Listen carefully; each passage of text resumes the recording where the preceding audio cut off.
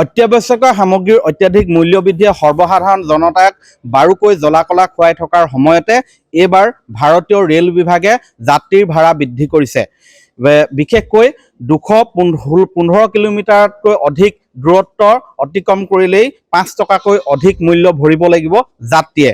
মই বৰ্তমান উপস্থিত আছোঁ শিৱসাগৰ ৰেল ষ্টেচনত আৰু এই শিৱসাগৰ ৰেল ষ্টেচনৰ পৰাও 200 কিলোমিটাৰতকৈ অধিক দূৰত্বলৈকে ৰেল চলে আৰু বৰ্তমান মই ইয়াত যিসকল যাত্ৰী আছে সৰ্বসাধাৰণ যাত্ৰী বিশেষকৈ ৰেলত সাধাৰণতে যি পেছেঞ্জাৰ ৰেল সৰ্বসাধাৰণ নাগৰিকেই অধিক চলাচল কৰে। মই আপোনাৰ ওচৰলৈ আহিছোঁ। আজিৰ পৰা ৰেল ভাড়া 45ৰ পৰা 50 টকা লৈছে ডিব্ৰুগড় যোৱাটো ভাড়া। গতিকে মোৰ ওচৰত পইচাও নাছে, তেওঁ লোকৰ পৰা খুজি পেলাই মই ল'বলগীয়া হ'ল পইচা। কি ক'ব এই সন্দৰ্ভত? মানে আৰু কি ক'ম, যদি এনেকুৱা অৱস্থা হৈ গ'ল বৰ ডাঙৰ কথা হ'ব।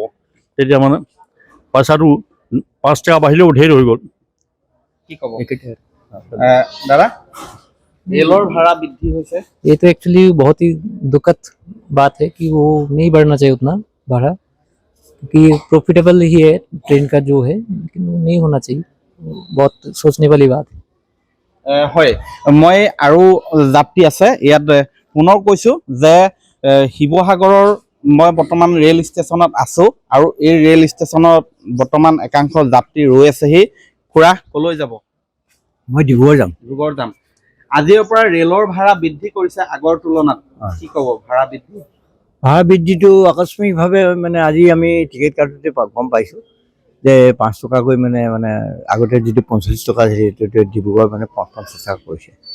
তেওঁলোকে কৈছে যে এইটো এটা মানে এনেকুৱা ধৰণৰ কথা এটা কৈছে, সামগ্ৰীৰ দাম বৃদ্ধিয়ে বাৰুকৈ জ্বলা-কলা খুৱাইছে। সেইটোতো নিশ্চয়, সেইটোৱে ৰেলৰ ভাড়া বৃদ্ধি হৈছে। ৰেলৰ ভাড়া বৃদ্ধি হৈছে, গতিকে যাতায়াতৰ যাত্ৰীসকলৰ যথেষ্ট মানে বিপদৰ সন্মুখীন হৈছে। কাৰণ আজিকালি ইনকমটোতো তেনেকৈ ধৰণে নাই, গতিকে মানুহে এই ক্ষেত্ৰত জ্বলা-কলা খোৱাটো স্বাভাৱিক হৈছে। হয়, মই আৰু একাংশ যাত্ৰী আছে। বাইদেউ ক'ৰ পৰা? আমি ডিব্ৰুগড় যাম। ভাড়া বৃদ্ধি কৰা হৈছে আজিৰ পৰা, কি ক'ব? ভাড়াটো বৃদ্ধি হোৱাৰ কাৰণে সকলো মানুহ চব মানুহে ৰেলৱেত ট্ৰেইনত যাব বিচাৰে, কিন্তু ট্ৰেইনত চবতকৈ আটাইতকৈ মানে কমটি হয়। এতিয়া ৰেলৱেত যদি অলপমান বেছি হৈ যায় সকলো মানুহৰ কাৰণে দিগদাৰ হয় আৰু চলা ফুৰা কৰিবৰ কাৰণে। আপুনি ক'ত যাব আজি? মই ডিব্ৰুগড়লৈ যাম। কি ক'ব?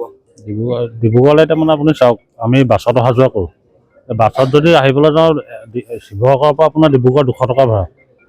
ট্ৰেইনখনলৈ চোঁচা মাৰি অহা হয় পইচা কেইটকামান কম হোৱাৰ কাৰণে। ইয়াত ধৰি লওক 45 টকা আছিলে, এতিয়াতো বাঢ়ি গৈছে। এতিয়া বাঢ়ি গ'লে তেনেকৈ ধৰি লওক অসুবিধা এটা হয় আমাৰ লেখীয়া মানুহৰ কাৰণে। 2 টকা কম হ'লে ভাল হয় বস্তুটো। হয়, ৰেলৰ যাত্ৰীৰ ভাড়া একেকোবে 5 টকাকৈ বৃদ্ধি কৰাত বাৰুকৈ আচলতে তীব্ৰ প্ৰতিক্ৰিয়া প্ৰকাশ কৰিছে যাত্ৰীসকলে। ইয়াতকৈ ভাড়া বঢ়াটো স্বাভাৱিক কথা, কিন্তু একেকোবে 5 টকা 6 টকাকৈ এনেধৰণে বৃদ্ধি কৰাটো কোনেও নিবিচাৰে। 1 টকা 50 পইচা তেনেধৰণে বৃদ্ধি হোৱাটো আচলতে মানি ল'বলৈ বহু যাত্ৰী তেওঁলোকে সহজ বোধ কৰে, কিন্তু একেকোবে 5 টকা বা তাতোতকৈ অধিক যাত্ৰী ভাড়া বৃদ্ধি হ'লে তেওঁলোক সমস্যাত পৰিব বুলি প্ৰতিক্ৰিয়া প্ৰকাশ কৰিছে। আপুনি বিচৰা বাতৰি পাব কেৱল নিউজ 18 এপত। নিউজ 18 এপ ডাউনলোড কৰিবলৈ স্কেন কৰক এই QR কোড। গুগল প্লে ষ্টৰতো পাব এই নিউজ 18 এপ।